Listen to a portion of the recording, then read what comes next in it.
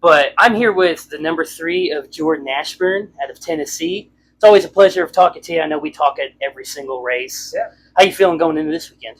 Pretty good, man. Last round was really good to me. Got a real close second and battled for the win all day. And this race is it's going to be a little on the drier, hard packed side this weekend, which is a little abnormal for this Hoosier.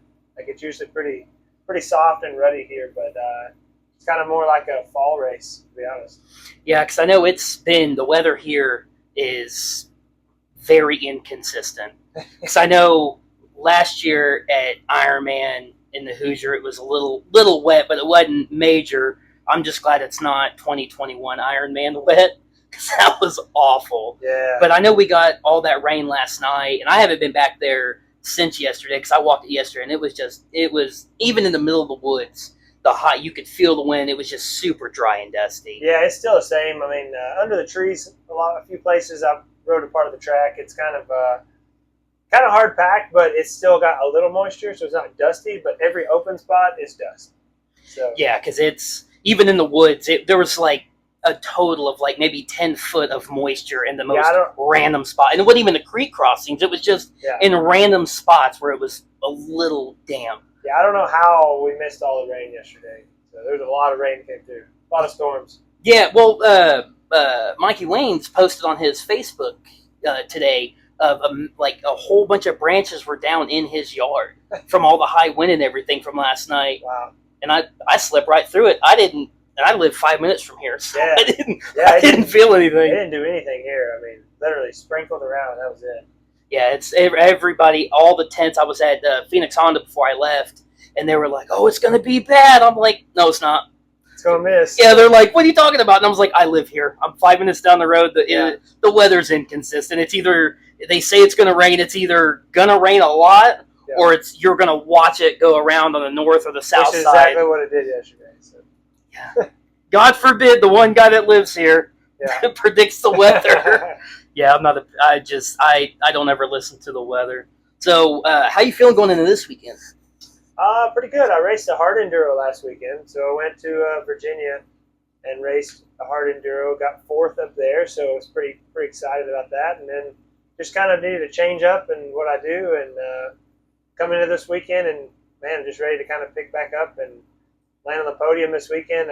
We're kind of DNF the first round, missed a few races from injury this year, so points is kind of out for me this year. So kind of just taking it race by race and try to land on the podium as many times as we can throughout the rest of the year, and just go from there. Yeah, because you're definitely not shy from being on podiums. I know last year. I'm trying to remember who won Ironman last year. But I think the year before it was Josh Strang. I think it was Josh Strang the year before. But I know it was you and him, Craig, and I would believe it was either Ben or Johnny, but you guys were constantly, you seem to do always pretty well here. Yeah, it's honestly not my favorite track, but I always tend to ride pretty good. I don't know, I just always try to take every race and just make the best out of it. And if it's not a track I'm necessarily good at, just put myself in a position in the race to where I can end up in a good position.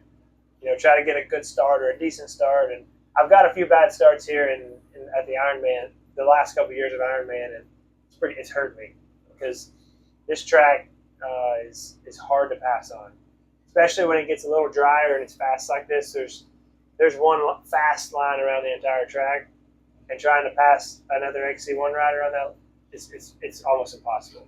So it's like you wait for a mistake, and you might follow someone for 2 laps before you can make a move on somebody. So that's kind of game plan is just try to be toward the front of the pack and just latch on and either lead or be in the front and go with whoever's leading. So what makes you not like this track? I don't know. It's not that I like it when it's ruddy. I just don't like the speed of it. I'm kind of more of a technical rider, so I like the technical tracks. And I think it was Hoosier.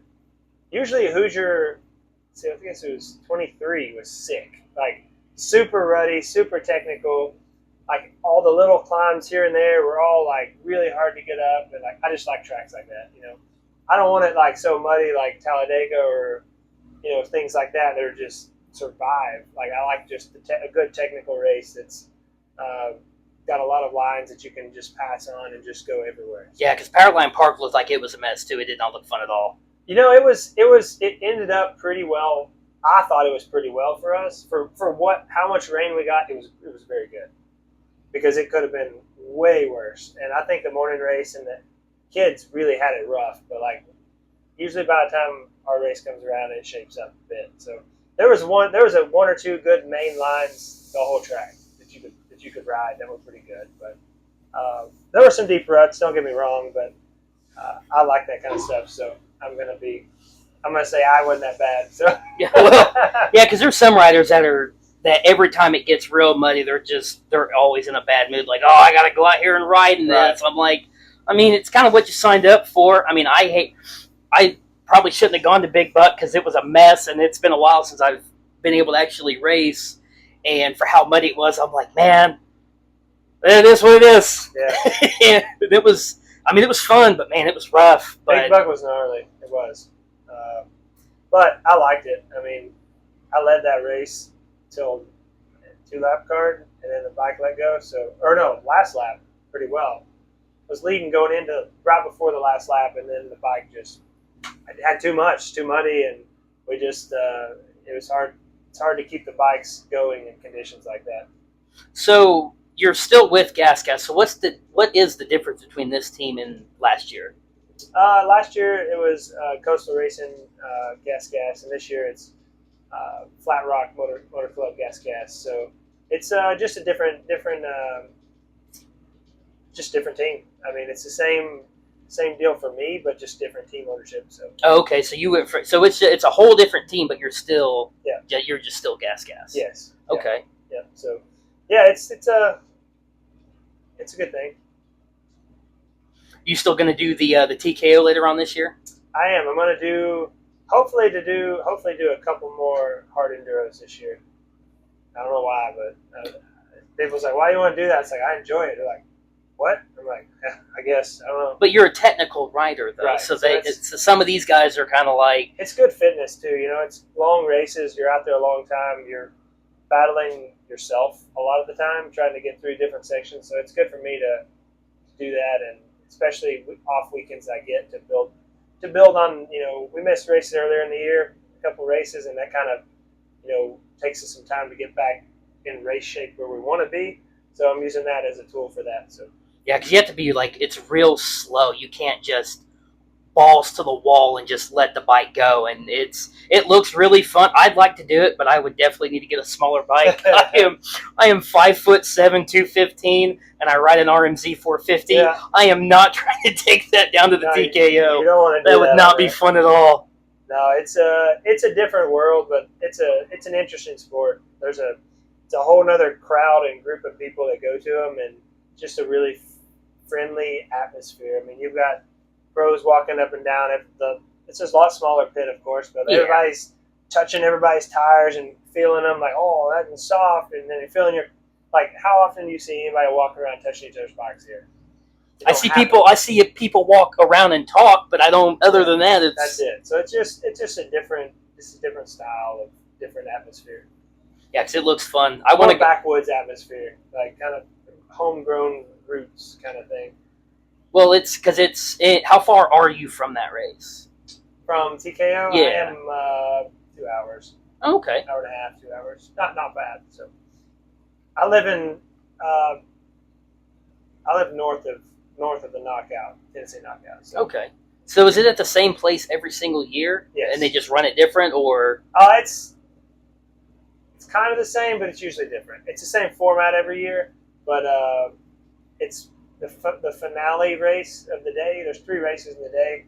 Is usually similar, but it's pretty long. It's a lot of creeks, and it's kind of faster creeks, but it really takes a beating on you. Yeah, I've seen some of the rocks. I've watched it the last couple of years. I'm like, man, that looks so much fun, and I'm like, I think I'm just gonna watch. It's been dry, man. It's been dry the past few years. And when it's wet there, it's a whole other animal. You can't ride. it's been really for a TK for that kind of race. It's been really fast and really intense. Where if it's wet, things aren't even possible that they put in the race. It has to be like a different course.